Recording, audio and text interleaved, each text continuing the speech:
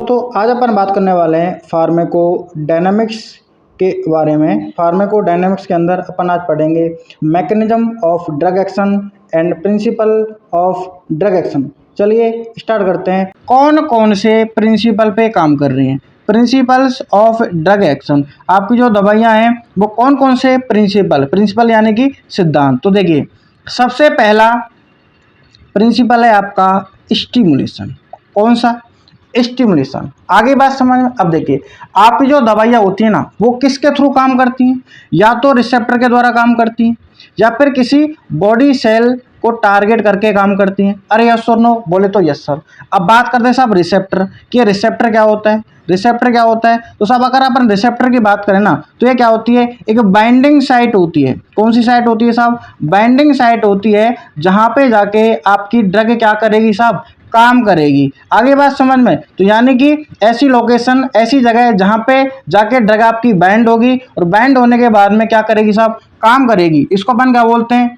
Receptor बोलते हैं। ठीक है। अब देखो, स्टिमुलेशन नाम से पता लग रहा है, स्टिमुलेट करना, यानी कि उसकी एक्टिविटी को क्या कर देना साहब? बढ़ा देना।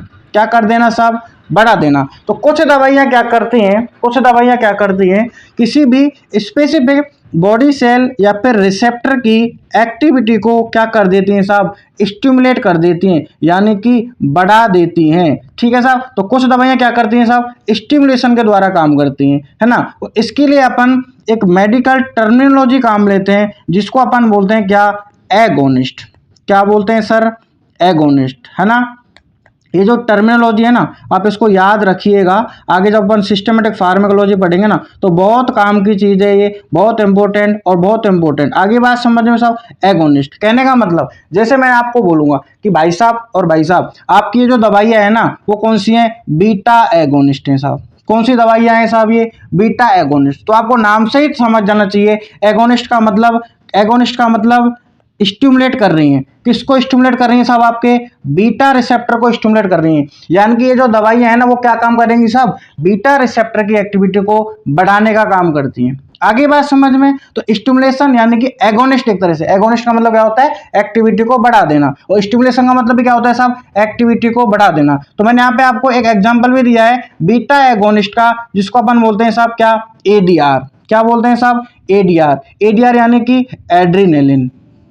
एडीआर यानी कि एड्रीनेलिन। ठीक है। ये क्या करती है साहब? It increase the activity. पहले बता दिया था मैंने, स्टिमुलेशन का मतलब इंक्रीज करना, बढ़ा देना। It increase the activity of beta one receptor. किसकी एक्टिविटी को बढ़ा देती है साहब? बीटा वन रिसेप्टर की एक्टिविटी को बढ़ा देती है। और ये बीटा वन रिसेप्टर आपका कहाँ पे होता है साहब? मायोकार्डियम के अंदर होता है। किसके अंदर होता है साहब? मायोकार्डियम के अंदर। ठीक है साहब। तो बीटा रिसेप्टर का काम क्या होता है? बीपी को और हार्ट रेट को रेगुलेट करना। किसको साहब रेगुलेट करना?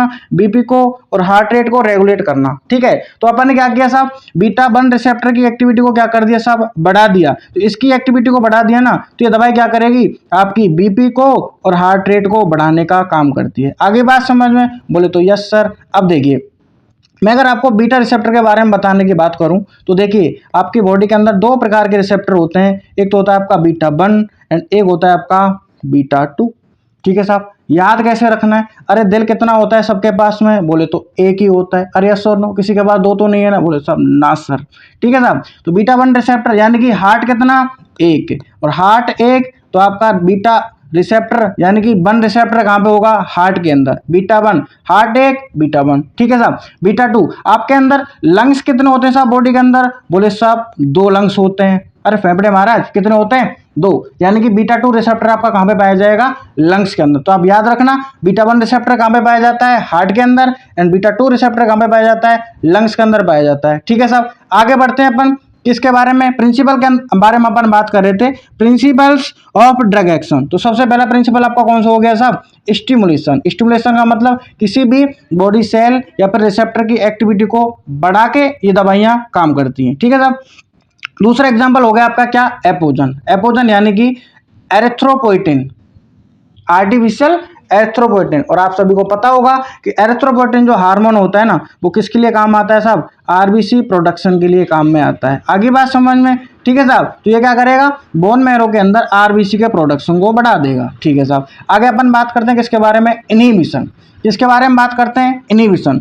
नाम से ही पता लग रहा है इनहिबिशन, यानी कि ये क्या करेगा, क्या करेगा, इनहिबिट करेगा, यानी कि किसी भी रिसेप्टर की एक्टिविटी को घटाने का काम करेगा, डिक्रीज करने का काम करेगा। और यही मैंने यहाँ पे लिख रखा है क्या, some drugs suppress or decrease, some drugs suppress or decrease the activity of specialised body cell and receptor. आगे बात समझ में, यानी कुछ दवाइयाँ क्या करती हैं साहब, किसी भी स्पेशलाइज्ड रिसेप्टर या फिर बॉडी सेल की एक्टिविटी को सप्रेस कर देती हैं, कम कर देती हैं। जैसे कि, है ना, अब बात कर रहे हैं अपन एग्जाम्पल की, तो बीटा ब्लॉकर्स। कौन सी साहब, बीटा ब्लॉकर, नाम से पता लग रही है ब्लॉकर्स, यानी कि क्या कर रही है, ब्लॉक कर रही है, ब्लॉक कर रही है, यानी कि एक्शन को कम कर रही है। एग्जाम्पल याद रख लेना, प्रोप्रेनोलोल, अटेनोलोल। आगे बात समझ में, ये क्या करेंगे साहब, एक्टिविटी को कम करेंगे, किसकी एक्टिविटी को, बीटा 1 रिसेप्टर की एक्टिविटी को। और मैंने आपको अभी बताया था स्टिमुलेशन के अंदर कि बीटा 1 रिसेप्टर का काम क्या होता है साहब, बोले तो क्या काम होता है साहब, बीपी को और हार्ट रेट को क्या करना साहब,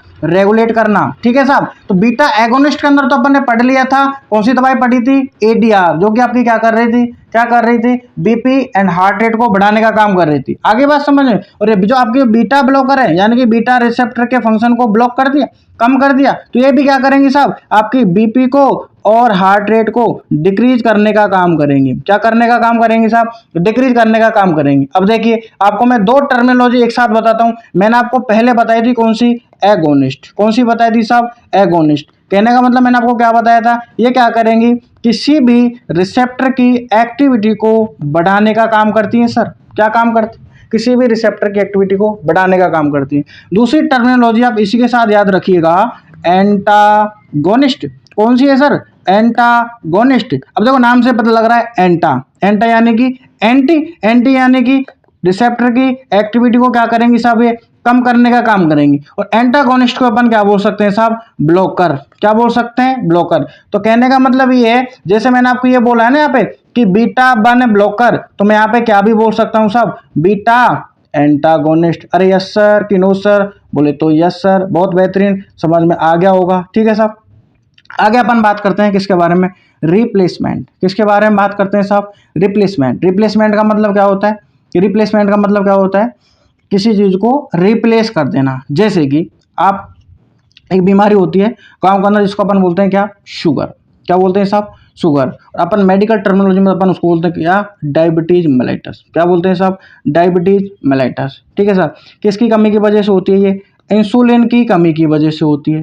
किसकी कमी की वजह से होती है साहब, इंसुलिन की कमी की वजह से होती है। तो अपन को पता लग गया कि डायबिटीज हो किस वजह से रही है साहब, इंसुलिन की कमी की वजह से हो रही है। तो अपन क्या करें, इसकी कमी को रिप्लेस किसके द्वारा किया जाएगा, बोले सर इंसुलिन के द्वारा किया जाएगा। तो अपन क्या करते हैं, डायबिटीज वाले पेशेंट को अपन क्या करते हैं साहब, एक्सोजीनस इंसुलिन एडमिनिस्टर करते हैं, है ना। तो मैंने यहाँ पे लिखा भी है, in diabetes mellitus administer exogenous insulin, ठीक है साहब, है ना। ये हो गया आपका रिप्लेसमेंट। दूसरा, इन iron deficiency anaemia administering iron, यानी कि पेशेंट को किसी कमी है साहब, आयरन की कमी है। किसकी कमी है साहब, आयरन की कमी है। तो इसको अपन क्या करेंगे, आयरन एडमिनिस्टर करेंगे। ओके सर, आगे बात समझ में। अगला प्रिंसिपल आपका कौन सा है, साइटोटॉक्सिक। कौन सा प्रिंसिपल है सब आपका, साइटोटॉक्सिक। देखो नाम से पता लग रहा है, टॉक्सिक, टॉक्सिक यानी कि हार्मफुल है ये।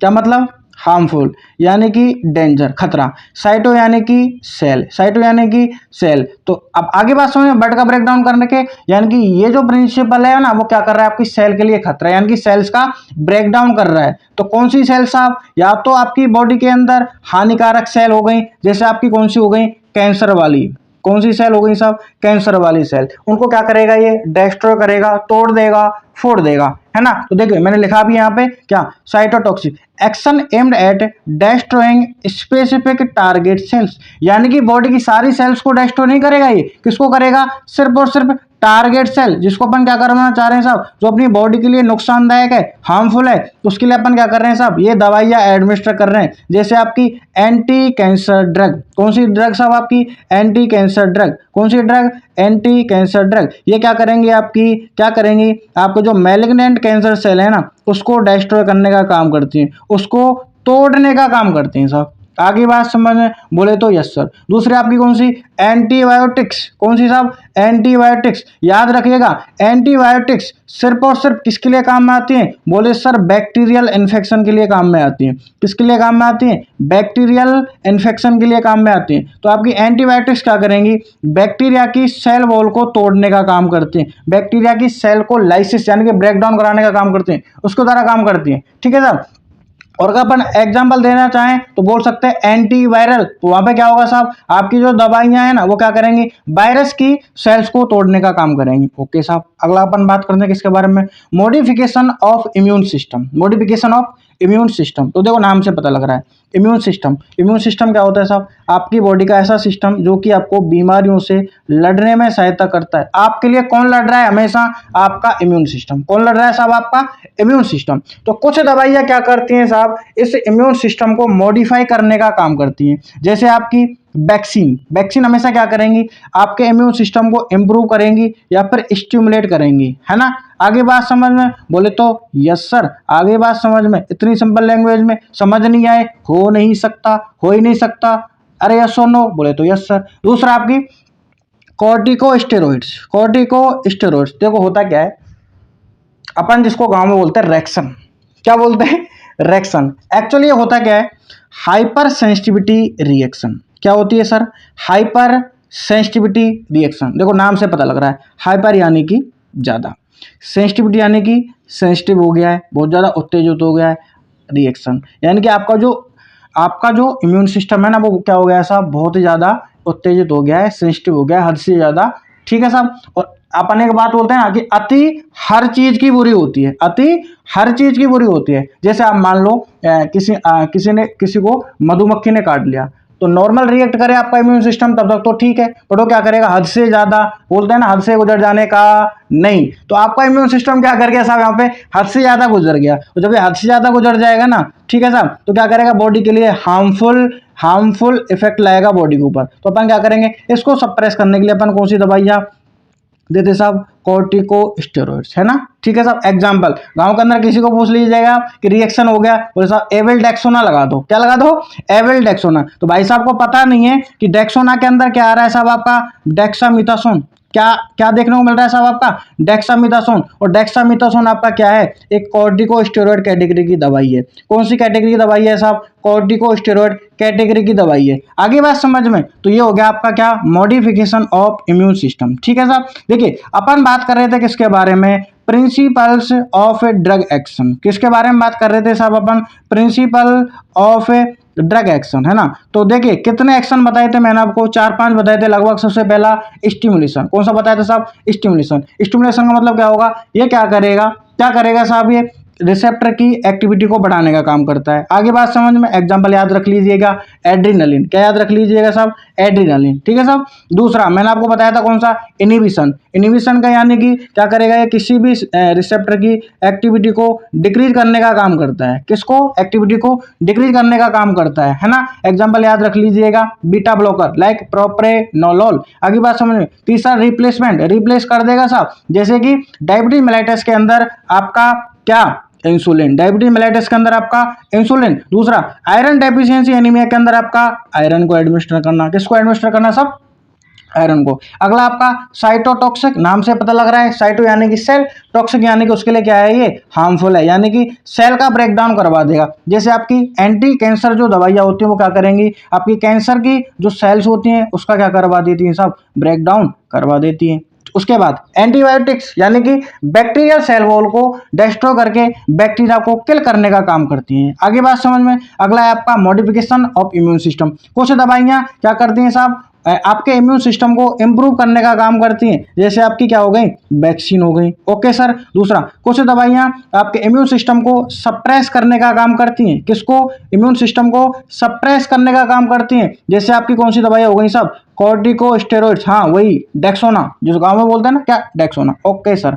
उसके बाद अपन बात करते हैं sir mechanism of drug action. इसके बारे में बात करते हैं sir, mechanism of drug action, यानी कि दवाई के काम करने की क्या मैकेनिज्म है। तो सबसे पहले फिजिकल प्रॉपर्टी, कौन सी साहब, फिजिकल, यानी कि स्ट्रक्चर से ही, है ना, फिजिकली। ठीक है साहब। तो यानी कि कुछ दवाइयाँ क्या करती हैं, फिजिकल प्रॉपर्टी के थ्रू काम करती हैं। जैसे अब याद रख लीजिएगा मैनिटोल, क्या याद रख लीजिएगा साहब, मैनिटोल। मैनिटोल क्या है साहब, एक ऑस्मोटिक डायूरेटिक है। क्या है साहब, ऑस्मोटिक डायूरेटिक। देखिए समझिए, डायूरेटिक्स नाम से पता लग रहा है, डायूरेटिक्स, डाई यानी कि डबल कर देगी, किसको डबल कर देगी, यूरेटिक यानी कि यूरिन फॉर्मेशन को डबल कर देगी। आगे बात समझ, तो आपकी जो डायूरेटिक्स होती है ना, वो क्या करती हैं, आपके यूरिन फॉर्मेशन को बढ़ाने का काम करती हैं। डबल का मतलब मैंने आपको समझाने के लिए बताया, D for diuretics and D for double, यानी कि यूरिन फॉर्मेशन को बढ़ाने का काम करती हैं। आगे बात समझ में। और डायूरेटिक्स का अपन यूज कब कब लेंगे, जब भी बॉडी के अंदर क्या हो रहा है, या तो फ्लूइड का एक्यूमुलेशन ज्यादा हो रहा है या फिर कोई प्रेशर बढ़ रहा है ना। जैसे आप याद रख लीजिएगा कि mannitol is the drug of choice for acute increase intracranial pressure. ICP क्या होता है, देखो नाम से पता लग रहा है, इंट्रा यानी कि अंदर का, किसका, क्रेनियल, क्रेनियल यानी कि ब्रेन, प्रेशर यानी कि प्रेशर, यानी आपके ब्रेन के अंदर का जो प्रेशर है ना वो बढ़ गया है। नॉर्मल कितना होता है साहब आपका इंट्राक्रेनियल प्रेशर, 5 से 15 mm ऑफ Hg। ये क्या होता है साहब, आपका नॉर्मल इंट्राक्रेनियल प्रेशर होता है। यदि आपका ये इंट्राक्रेनियल प्रेशर बढ़ रहा है तो इसको तत्काल प्रभाव से कम करने के लिए अपन कौन सी दवाई काम में लेंगे साहब, मैनिटोल। कौन सी दवाई काम में लेंगे साहब, मैनिटोल। आगे बात समझ में, बोले तो यस सर। दूसरी आपकी केमिकल प्रॉपर्टी, यानी कुछ दवाइयाँ आपकी किसके थ्रू काम करेंगी साहब, केमिकल प्रॉपर्टी के थ्रू काम में करेंगी। जैसे आपको क्या हो रही है साहब, एसिडिटी हो रही है। क्या हो रही है साहब, एसिडिटी, हाँ वही वाली बात, जिया जले रे जिया जले, है ना। एसिडिटी के अंदर क्या देखने को मिलता है आपको, हार्ट बर्न देखने को मिलता है। और हार्ट बर्न को मेडिकल टर्म में अपन क्या बोलते हैं, पायरोसिस। क्या बोलते हैं साहब, पायरोसिस। गांव की देसी भाषा में क्या बोलते हैं, तो साहब छाती में जलन हो रही है ना। और बॉलीवुड की भाषा में क्या बोलते हैं साहब, जिया जले रे जिया जले, बोले तो यस सर। ठीक है साहब। तो पर्सन को क्या हो रही है, एसिडिटी, यानी कि कौन सा मीडियम बढ़ रहा है, एसिड मीडियम। ऐसे पेशेंट के लिए अपन क्या देंगे साहब, बेस कैटेगरी की दवाई देंगे, जिसको अपन बोलते हैं क्या, एंटासिड। क्या बोलते हैं साहब, एंटासिड, है ना। आपको देखने को मिल जाएगा एल्यूमिनियम हाइड्रोक्साइड और मैग्नीशियम हाइड्रोक्साइड के नाम से एक छोटी सी शीशी देखने को मिलती है ना, जिसको डॉक्टर बोलता है खाना खाने के बाद ले लेना, सुबह शाम एक ढक्कन। और बोले तो यस सर, तो सही बात है सर, है ना। केमिकल प्रॉपर्टीज, कुछ दवाइयाँ इसके थ्रू काम करती हैं। अगला, थ्रू द आयन चैनल्स, कुछ दवाइयाँ क्या करती हैं, आपके चैनल्स को ब्लॉक करके काम करती हैं। जैसे आपकी कैल्शियम चैनल ब्लॉकर्स, कौन सी हो गई साहब आपकी, कैल्शियम चैनल ब्लॉकर, है ना। Example nifedipine. ये याद नहीं रहे तो मोस्ट कॉमन दवाई जो कि हाइपरटेंसिव पेशेंट के लिए अपन काम में लेते हैं, कौन सी है साहब आपकी, एम्लोडिपिन। कौन सी है सर, एम्लोडिपिन, है ना। पेशेंट को बीपी होगी तो सबसे पहले अपन, हाइपरटेंशन यानी कि बीपी ज्यादा हो रही है किसी पेशेंट को, तो सबसे पहले अपन कौन सी दवाई चलाते हैं साहब, एम्लोडिपिन, है ना। कौन सी है साहब, कैल्शियम चैनल ब्लॉकर, यानी कि क्या करेगी ये, कैल्शियम चैनल को ब्लॉक करके बीपी को कम करने का काम करती है ना। दूसरा आपकी कौन सी हो गई, पोटेशियम चैनल ब्लॉकर। कौन सी साहब, पोटेशियम चैनल ब्लॉकर। एग्जाम्पल याद रख लीजिएगा, एमियाडेरोन। ठीक है साहब। अगला आपका मैकेनिज्म है by the altering metabolic activity. कुछ दवाइयाँ आपकी क्या करती हैं साहब, मेटाबॉलिक एक्टिविटी को कम कर देती हैं। मेटाबॉलिक एक्टिविटी को क्या कर देती हैं साहब, कम कर देती हैं। जैसे आपकी पेनिसिलिन, आपकी क्या हो गई साहब, पेनिसिलिन। पेनिसिलिन क्या है आपकी, क्या है साहब, एंटीबायोटिक है, ब्रॉड स्पेक्ट्रम एंटीबायोटिक है। और याद रख लीजिए सबसे पहले खोजी जाने वाली एंटीबायोटिक है। ये क्या करती है साहब, बैक्टीरिया की जो मेटाबॉलिक एक्टिविटी होती है ना उसको कम कर देती है। ठीक है साहब, उसके द्वारा काम करती है। अगला है आपका कौन सा, थ्रू एंजाइम एंड पंप, यानी कि कुछ दवाइयाँ क्या होती हैं आपके एंजाइम्स और पंप के द्वारा काम करती हैं, उनको ब्लॉक कर देती हैं या उनकी एक्टिविटी को बढ़ा के काम कर देती हैं, है ना। जैसे आपकी मोस्ट कॉमन दवाई कौन सी, NSAID। कौन सी, NSAID, non steroidal anti inflammatory drugs. नाम से पता लग रहा है नॉन स्टेरॉइडल, यानी कि क्या नहीं है भाई साहब, स्टेरॉइड नहीं है। और क्या कर रही है साहब, ये एंटी इन्फ्लामेटरी, यानी कि इन्फ्लामेशन को क्या कर रही है साहब, कम करने का काम कर रही है। आगे बात समझ में। एग्जाम्पल आपकी वही पैरासीटामोल है ना, पीसीएम क्या है ये, NSAID है साहब, ठीक है साहब। ये क्या काम करती है, आपके कॉक्स को ब्लॉक कर देती है। किसको, साइक्लोऑक्सीजनेज एंजाइम, एक एंजाइम होता है आपकी बॉडी के अंदर, उसको ब्लॉक करके काम करती है साहब। आगे बात समझ में। दूसरा, पंप एक्शन की अगर अपन बात करें तो डिजॉक्सिन, कौन सी हो गई साहब आपकी, डिजॉक्सिन। ये किसके द्वारा काम करती है साहब, सोडियम पोटेशियम पंप के द्वारा काम करती है। आगे बात समझ में। चलो एक एग्जांपल आपको मैं दे देता हूँ, कौन सा, एक होती है आपकी कौन सी, PPI, प्रोटॉन पंप इनहिबिटर। कौन सी होती है साहब, PPI, प्रोटॉन पंप इनहिबिटर। यानी कि नाम से पता लग रहा है किसको ब्लॉक करके काम करेगी ये, प्रोटॉन पंप को। देखो नाम से पता लग रहा है ना, प्रोटॉन पंप इनहिबिटर, इनहिबिटर यानी कि इनहिबिट करके काम करती है ना। और आप एग्जाम्पल याद रख लीजिएगा, जब भी आप डॉक्टर को दिखाने जाते हो, किसको दिखाने जाते हो साहब, आप डॉक्टर को दिखाने जाते हो, तो डॉक्टर आपको एक प्यारा सा छोटा सा कैप्सूल लिख के देता है, जिसको अपन क्या बोलते हैं साहब, ओमेप्राजोल। क्या बोलते हैं सर, ओमेप्राजोल, है ना। ये क्या करता है, आपके प्रोटॉन पंप को ब्लॉक करने का काम करता है, प्रोटॉन पंप को इनहिबिट करने का काम करता है ना, प्रोटॉन पंप इनहिबिटर, है ना। ये इसका अल्टीमेटली फंक्शन क्या होता है, आपके स्टमक के अंदर जो एसिड का प्रोडक्शन होता है ना, उसको ये क्या कर देता है साहब, कम कर देता है। तो दोस्तों अपन पढ़ रहे थे फार्मेकोलॉजी। फार्मेकोलॉजी में अपन क्या पढ़ रहे थे, ब्रांचेज ऑफ फार्मेकोलॉजी। मैंने आपको दो ब्रांचेज बताई थी, कौन कौन सी, pharmacokinetics and pharmacodynamics. Kinetic के अंदर अपन ने क्या पढ़ा था, ड्रग के मूवमेंट के बारे में पढ़ा था, ठीक है साहब, किसके द्वारा, बॉडी के द्वारा। एंड डायनेमिक्स के अंदर अपन ने किसके बारे में पढ़ाया था, ड्रग के इफेक्ट के बारे में, किसके ऊपर साहब, बॉडी के ऊपर, ठीक है साहब। तो ये अपन ने कंप्लीट बात कर ली किसके बारे में, pharmaco kinetics and pharmaco dynamics के बारे में, ठीक है सर। आगे की वीडियो पढ़ने के लिए चैनल को लाइक कीजिएगा, वीडियो को लाइक कीजिएगा, चैनल को सब्सक्राइब कीजिएगा एंड वीडियो को शेयर कीजिएगा।